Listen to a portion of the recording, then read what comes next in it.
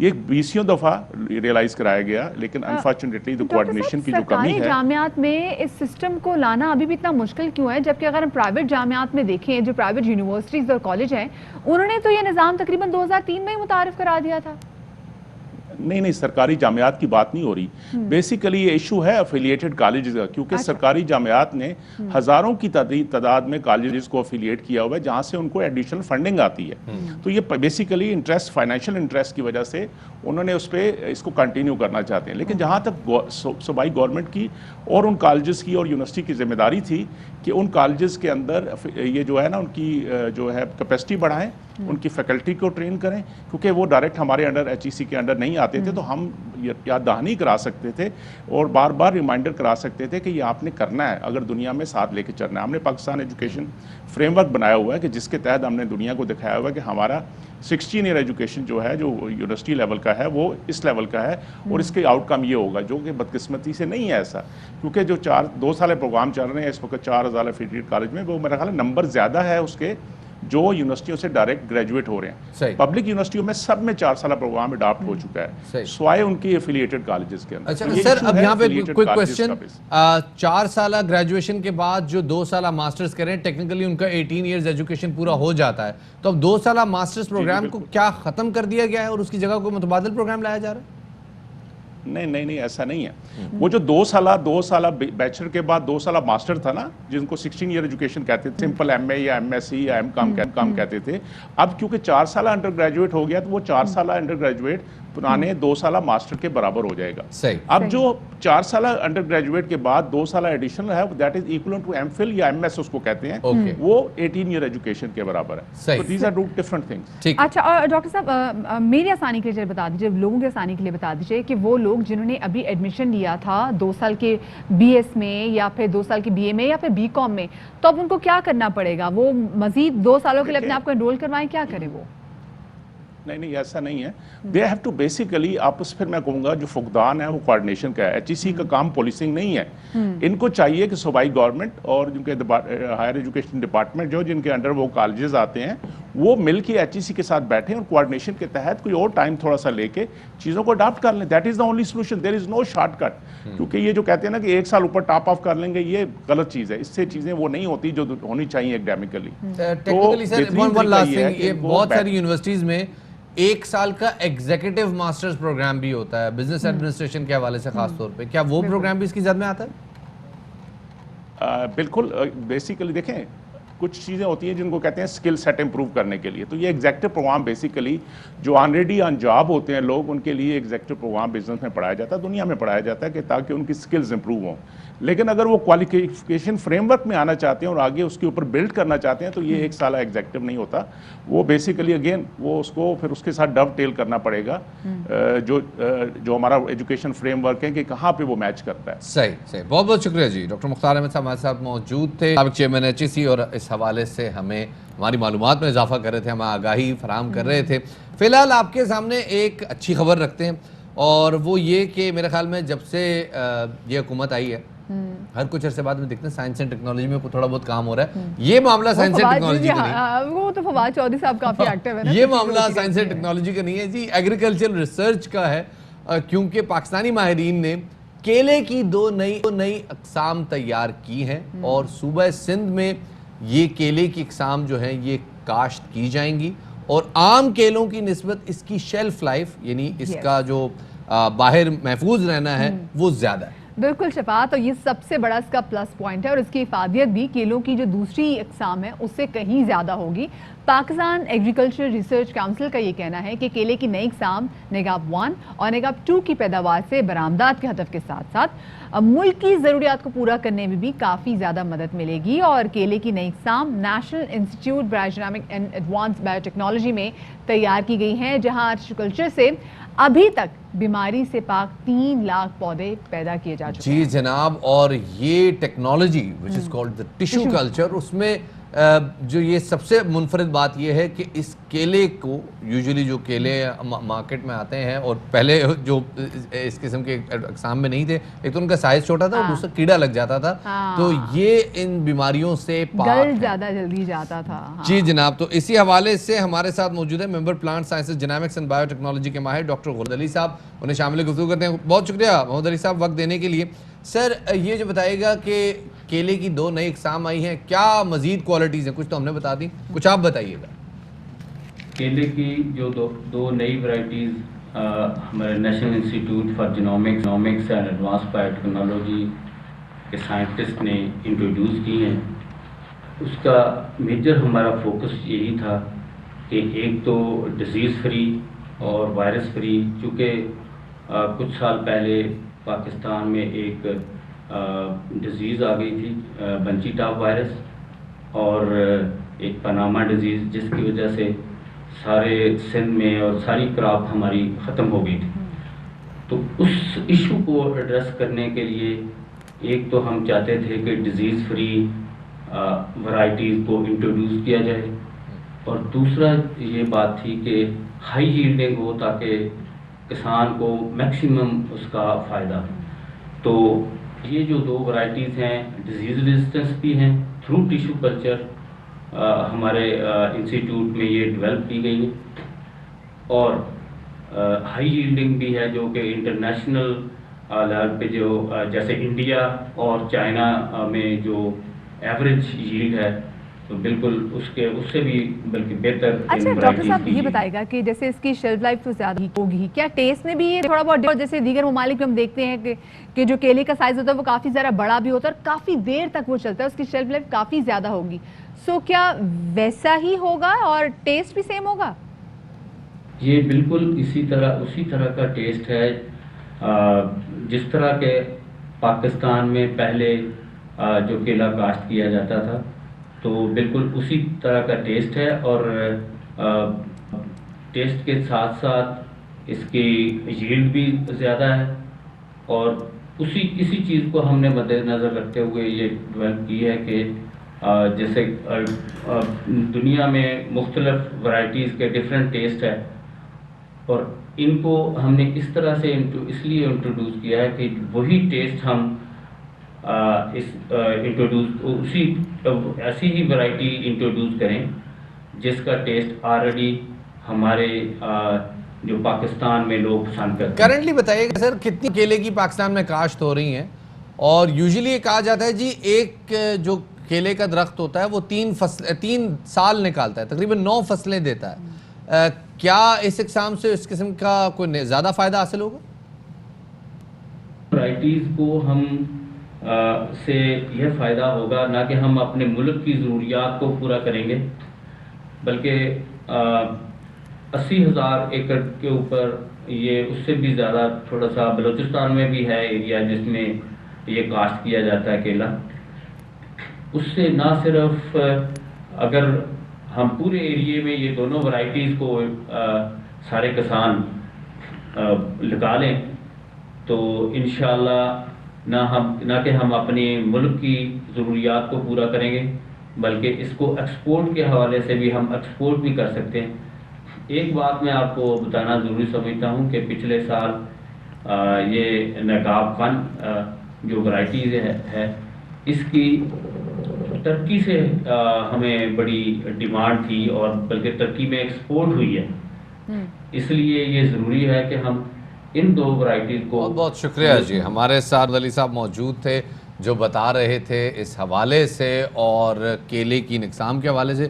گھر میں اگانا بھی بہت آسان ہے جی، پہلے جو ہے نا یہ تھوڑا پہلے سال یہ درخت نہیں اپنا پھل نہیں دے گا، لیکن اس کے بعد انشاءاللہ دوسرے سال میں میکسیمم تیسرے سال میں اس کا پھل آنا شروع ہو جاتا ہے، بڑا خوبصورت بھی لگتا ہے۔ جتنا صبر کریں گے نا اتنا ہی اچھا اور تگڑا پھل جو ہے وہ آئے گا۔ اور نقاب 1 نقاب 2 شفاعت سب سے اچھی بات اس کی ہوگی تو خیر سائز بھی تھوڑا بہت بڑا ہوگا اور ٹیسٹ بھی ایگزیکٹلی ویسے ہی ہوگا، اور شیلف لائف عمومی طور پہ ایسا ہوتا ہے نا کہ جب کبھی خرید کے لے کر آتے ہیں پھل لے کر آتے ہیں جلدی گل سڑ جاتے ہیں، اور کیلا تو چاہے آپ فریج میں بھی رکھ دیں جلدی گل جاتا ہے۔ مدیہ جو پرپل کلر کا ایک پھول آتا ہے نا کیلے کا اتنا بڑا، پھر اس پھول کے اندر سے چھوٹے چھوٹے اتنے سے کیلے نکلتے ہیں، پھر وہ آہستہ آہستہ ایک پورا گچھا بنتا ہے، ایک خوبصورت منظر ہوتا ہے۔ تو گھر کے اندر ضرور رکھیے گا